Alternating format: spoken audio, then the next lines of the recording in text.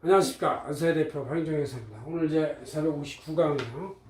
1세 주택인데 주택 취득이나 양도 시점, 보유 개수별로 양도세가 어떻게 비과세되는지 요건하고 적용 방법을 알아보겠습니다.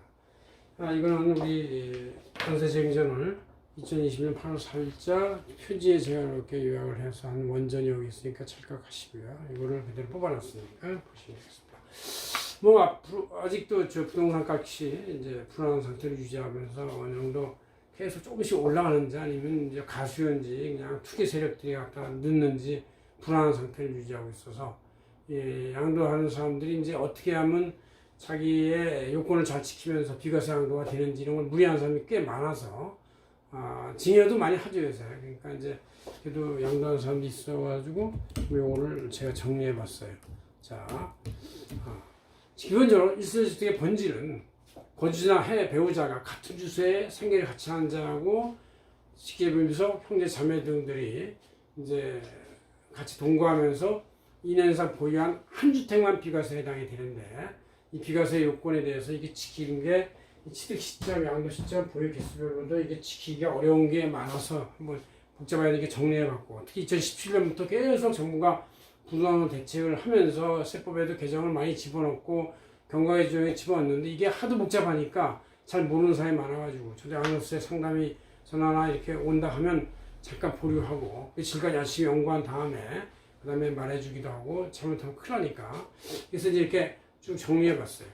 그래서 사람들이 궁금해하는 걸 중심으로 해서 자 일단 보유기간은 2년은 무조건 유지해야 돼. 이건 등기부등본상 보유기간이 딱 보유가 확보가 돼야 되는 것이죠.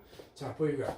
거주기간에 대해서 이제 이 시점별로 좀 달라지는 경우를 볼 수 있는데, 2017년 8월 이전에 옛날부터 취득한 것은 아예 거주 요건이 없었습니다. 그때는 이제 부동산 값이 안정한 정부 상태에서 유지했으니까. 그러다 이제 갑자기 새 정부 들어서 이렇게 이제 올라가면서 이때 갑자기 대책을 세우기 시작하니까 이제 거주 요건이 이제 그동안 없다가 2017년 8월 3일 거부터는 이제 거주 요건을 주기 시작했다. 왜냐면 이제 주거 이전의 자유 목적 때문에 보유가 있어도 직장이 일로 이전하면 여기에서 거주를 하고 전세 주고 전세 없고 또 저쪽으로 발령나면 그쪽에서 또 전세 없고 이쪽에 전세 주고 할 수도 있으니까 거주 요건이 없었었는데 이제 그것 거주 요건을 해서 이제 막 묶어 놓는 것이죠.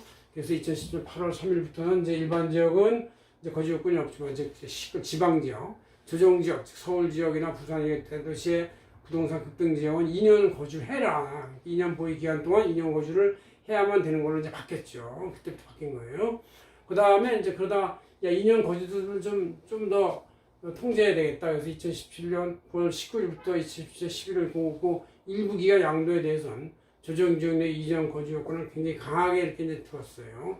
자, 그러다가 거주 이전 목적으로 그럼 집 사고 집 팔게 하는 사람은 어떻게 합니까? 이거에 대해서도 그럼 고민을 하다가 2018년 10월 24일부터 양도에 대해서 적용을 하는데 그 전까지는 이제 그냥 그 이제 주택도 원래도 한 대로 2년 보유, 2년 거주 뭐 이런 거 또 새 집 사고 헌집 팔고 이럴 때 이제 그 겹치는 기간에 대해서 별 문제를 안 두다가 2018년 10월 23일부터의 양도에 대해서는 이제 조정지역 내 3년 내 기존 주택을 팔고 새 집을 사고 나서 3년 내 기존 집을 팔면 비과세 해줬어요.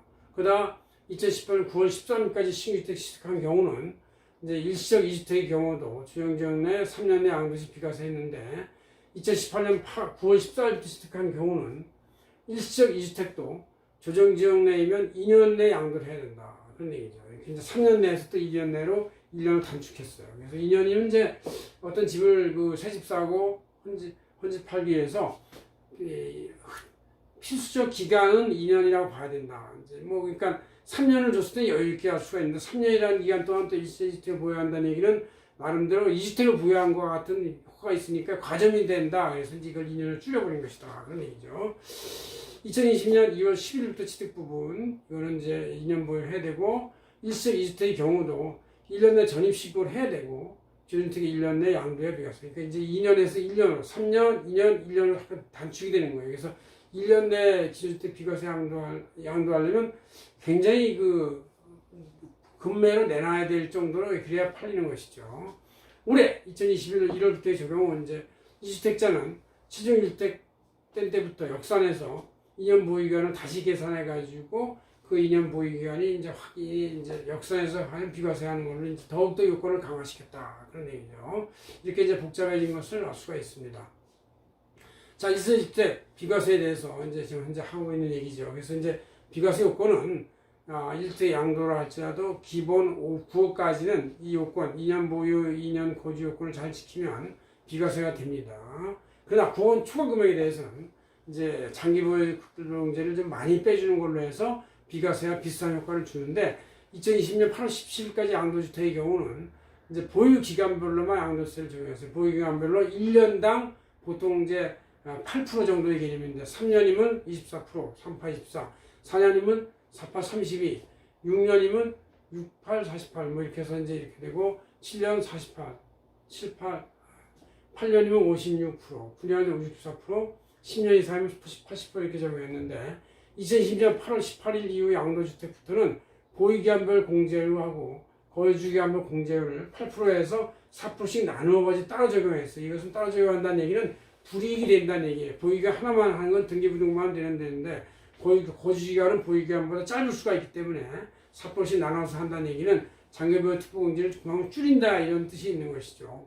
아예 거기서 거주를 안 했으면 거주기간에 대한 4%는 아예 적용 못 받는 것이고 보유기간 4%만 받으니까 원래 옛날 2020년 8월 17일까지의 8%보다는 훨씬 더 줄어드는 이제 불이익 효과가 있는 것이죠. 그래서 장기보유 특별공제를 계산하는 것이다. 그래서 양도가액에서 지정가를 뺀 다음에 장기보유 특별공제 8% 내지 4%를 곱한다 이런 얘기죠. 물론 기본공제 250만 원 적용되는 것이 일반적인 양도의 개념입니다. 그래서 우리가 1세 주택에 대해서 취득 시점에 대해 따라 틀리고 이제 2017년 8월 2일까지 취득 시점 보유기한 양도가 없다. 양도 시점도 틀리고 개수에 따라 일시주택이 틀리기 때문에 여러분들이 이거를 잘 판단해 가지고 자기의 취득 주택이 2017년 8월 2일까지냐 그 이후냐 또 2017년 10월 23일부터 양도냐 이런 거에 따라서 다 틀려지는 것을 알 수가 있습니다. 고맙습니다. 안세일의 배파임정이었습니다.